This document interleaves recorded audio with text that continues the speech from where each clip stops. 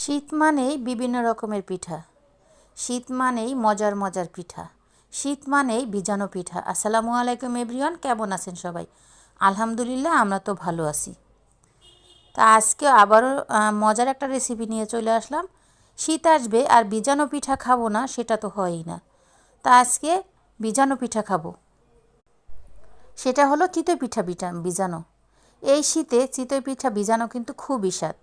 আর সেটা যদি হয় খেজুরের গুড় আর নারকেল দিয়ে, তাহলে তো আর কোনো কথাই নেই। তা আজকে আমি চিতই পিঠা ভিজাবো খেজুরের গুড় আর নারকেল, আর সাথে থাকবে দুধ।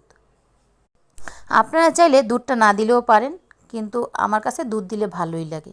আর সাথে তো নারকেল আছেই। তা আজকে চিতই পিঠা ভিজানোর জন্য 10টা চিতই পিঠা নিয়েছি। আর এটার সাথে আমি গুড় আর নারকেল দিয়ে একটা গ্রেভি তৈরি করে নিব।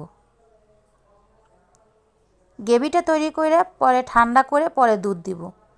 আগে থেকে কিন্তু দুধ দিলে দুধটা ফেটে যাবে গরম গ্রেভিতে, কারণ গরম গ্রেভির ভিতরে দুধ দেওয়া যাবে না, তাহলে দুধটা ফেটে যাবে, খেতে ভালো লাগবে না। তা আমি দুধটা কিন্তু দিব গ্রেভিটা ঠান্ডা করে। এই যে দেখেন, গ্রেভিটা কিন্তু প্রায় হয়েই গিয়েছে। এখন চুলাটা অফ করে দিলাম, এরপর ঠান্ডা করে দুধ দিয়ে দিব।